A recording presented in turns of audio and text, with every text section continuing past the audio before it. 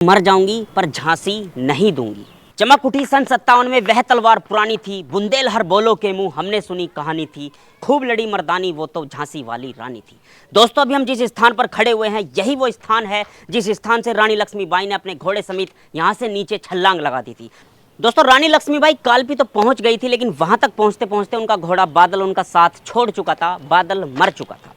वहां से किसी तरीके से उन्होंने ग्वालियर के लिए कूच किया। ग्वालियर का किला भी उन्होंने जीत लिया तात्या टोपे की मदद से। ग्वालियर का किला जीतने के बाद सब लोग जश्न मना रहे थे, लेकिन रानी लक्ष्मीबाई के मन में ये डर जरूर था कि अंग्रेज वापस जरूर आएंगे। उन्होंने उनसे कहा भी था कि आप इतना जश्न ना मनाएं, अंग्रेज किसी भी वक्त वापस आ सकते हैं। और हुआ भी कुछ ऐसा ही, कुछ अपनों की ही वजह से, कुछ अपनों की गद्दारी की वजह से ही झांसी की रानी फिर से अंग्रेजों से घिर गई।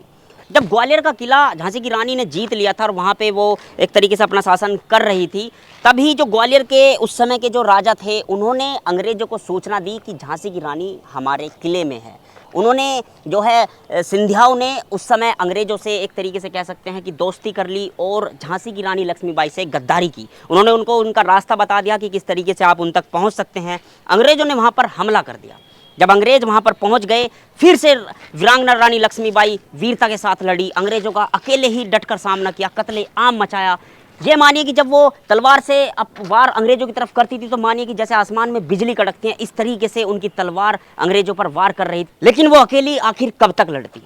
जितना हो सकता था उन्होंने लड़ाई की अंग्रेजों से, अंग्रेजों का सामना किया और बहुत अंग्रेजों को मारा भी। दोस्तों रानी लक्ष्मीबाई घोड़े की लगाम अपने दांतों में दबाकर दोनों हाथों में तलवार चलाने लगी। मुंदर रानी के साथ थी, लेकिन लड़ते लड़ते आखिर वो भी मर गई।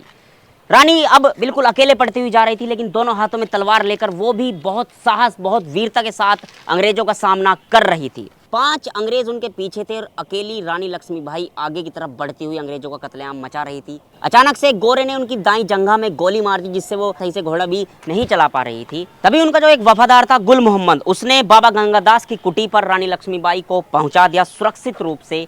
वहीं पर रानी लक्ष्मीबाई ने गंगाजल पीते हुए और बाबा गंगादास के चरणों में या बाबा गंगादास की ही कुटी में अपने अंतिम सांस लिए, कुछ ये कहते हुए मुंह से उनके उस समय निकला हर हर महादेव और ओम नमो वासुदेवाय। उसी पर एक कवि ने लिखा हुआ है कि रानी विदा हुई देश से लेकर कृष्ण शिव का नाम, अमर हुई इस वसुधा पर सत नमन मेरा प्रणाम।